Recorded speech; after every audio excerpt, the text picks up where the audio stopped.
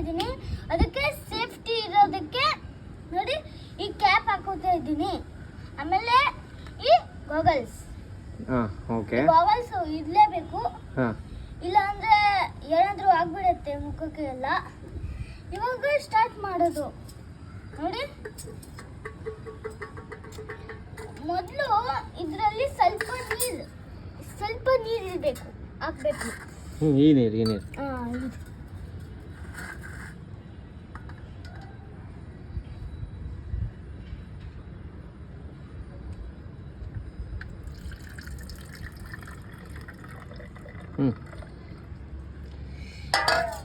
So ಇಷ್ಟು ನೀರು ಇರಬೇಕು ಇಲ್ಲಿವರೆಗೂ. ಓಕೆ.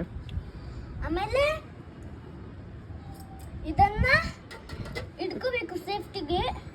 ಆಮೇಲೆ ಇಲ್ಲಿಂದ ಹಿಂಗೆ ಬಿಸಿ ಮಾಡಬೇಕು. ಟಾಂಗಲ್ಲಿ ಇಟ್ಕೋ, ಗಟ್ಟಿಗೆ ಇಟ್ಕೋ ಟಾಂಗಲ್ಲಿ.